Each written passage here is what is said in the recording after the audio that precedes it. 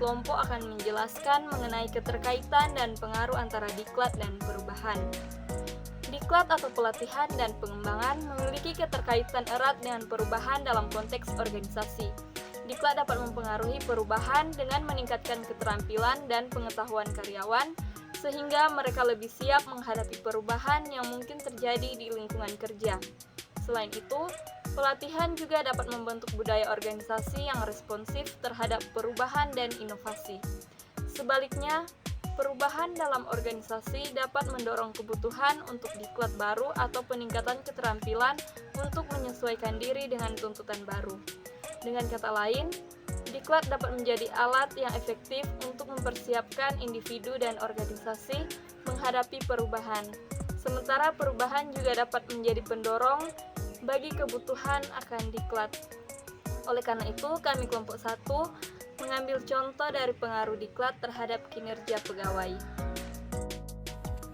Berikutnya pengaruh diklat terhadap kinerja pegawai.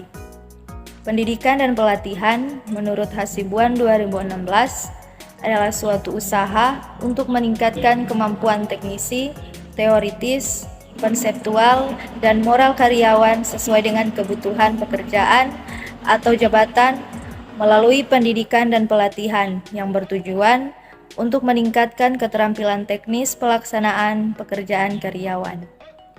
Pendidikan dan pelatihan merupakan salah satu upaya dalam pengembangan sumber daya manusia bagi suatu organisasi. Namun, peningkatan kinerja pegawai pada masing-masing organisasi mempunyai persentase. Program-program yang ada dalam pendidikan dan pelatihan akan memberi manfaat kepada lembaga dan pegawai itu sendiri. Lembaga akan memperoleh manfaat seperti peningkatan produktivitas kerja, stabilitas kerja, dan fleksibilitas kerja, sehingga pegawai dapat menyesuaikan diri dengan keadaan yang semakin meningkat. Untuk itu, sudah sepatutnya pemimpin selalu mengikut sertakan pegawainya dalam proses pendidikan dan pelatihan agar kinerja pegawai semakin meningkat. Pengaruh promosi terhadap kinerja pegawai.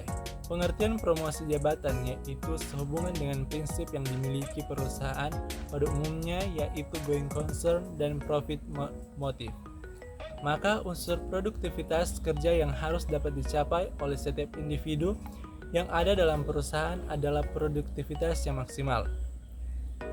Hal ini memberikan pengertian bahwa manajemen harus selalu mampu mendorong para karyawannya untuk bekerja dengan baik dan lebih baik dari sebelumnya, serta memberikan kepastian kepada mereka promosi jabatan yang lebih tinggi bagi yang mampu memberikan kontribusi prestasi lebih bagi perusahaan. Promosi jabatan merupakan perluasan dari tugas, wewenang, dan tanggung jawab yang bersangkutan sebelumnya, sekaligus peningkatan kesejahteraan bagi yang menerimanya. Promosi mempunyai nilai sendiri karena merupakan bukti pengukuhan terhadap prestasinya, sehingga dengan promosi jabatan bagi pegawai yang mempunyai prestasi yang tinggi akan dapat ditingkatkan jabatannya sesuai dengan kemampuannya. Pada dasarnya, pegawai yang mempunyai keinginan mengalami kenaikan jabatan yang tinggi akan cenderung mempunyai kinerja yang tinggi. Kinerja dinyatakan sebagai suatu perwujudan kerja aparatur yang selanjutnya akan dijadikan dasar penilaian atas tercapainya atau tidaknya target dari tujuan dalam organisasi. Berikut yaitu kepuasan kerja terhadap kinerja pegawai. Salah satu faktor pendorong yang menyebabkan manusia bekerja adalah karena memiliki kebutuhan yang harus dipenuhi, yang kemunculannya sangat tergantung dari kepentingan individu.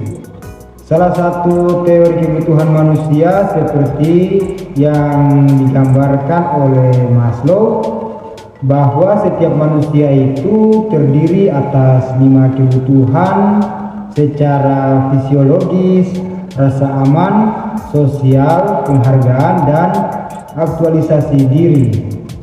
Teori kebutuhan tersebut sebagai salah satu teori yang dapat dipergunakan untuk memotivasi karyawan dalam bekerja. Seorang karyawan akan merasa nyaman dan tinggi loyalitasnya pada perusahaan apabila memperoleh kepuasan kerja sesuai dengan apa yang diinginkan. Kepuasan kerja mencerminkan perasaan seseorang terhadap pekerjaannya, dan ini nampak pada perilaku dan sikap pegawai dalam kehidupan sehari-hari. Biasanya ditunjukkan dalam hal tanggapan yang positif dalam bekerja. Jadi perlu disadari bahwa kepuasan kerja merupakan faktor yang mendorong pegawai atau karyawan dan lebih giat bekerja dan sekaligus sebagai motivasi dalam bekerja. Selanjutnya, pengaruh diklat, promosi dan kepuasan kerja terhadap kinerja pegawai. Pendidikan dan pelatihan diberikan untuk memberikan keahlian kepada pegawai sesuai dengan kebutuhan organisasi.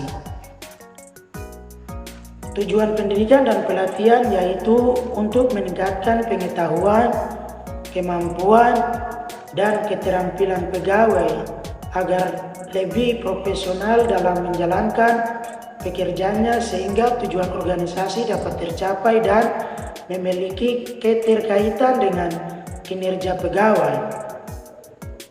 Sedangkan manfaat pendidikan dan pelatihan yaitu untuk meningkatkan stabilitas pegawai dan dapat memberikan kesempatan bagi pegawai untuk mengembangkan diri agar dalam melaksanakan tugasnya dapat berjalan dengan efektif dan efisien. Pendidikan dan pelatihan penting diberikan guna mendorong terciptanya kinerja pegawai yang baik sebagai aset sumber daya agar dapat bekerja sesuai dengan arah dan kebijakan. Kesimpulan, pendidikan dan pelatihan merupakan salah satu upaya dalam pengembangan sumber daya manusia bagi suatu organisasi. Pendidikan pelatihan penting diberikan guna mendorong terciptanya kinerja pegawai yang baik sebagai aset sumber daya agar dapat bekerja sama dengan arah dan kebijakan. Oleh karena itu, dapat disimpulkan bahwa dengan adanya pendidikan dan pelatihan bagi pegawai, maka pegawai mengalami perubahan-perubahan yang positif bagi pegawai baik pengetahuan, kemampuan, dan keterampilan yang semakin meningkat dengan adanya pengembangan sumber daya manusia seperti diklat ini.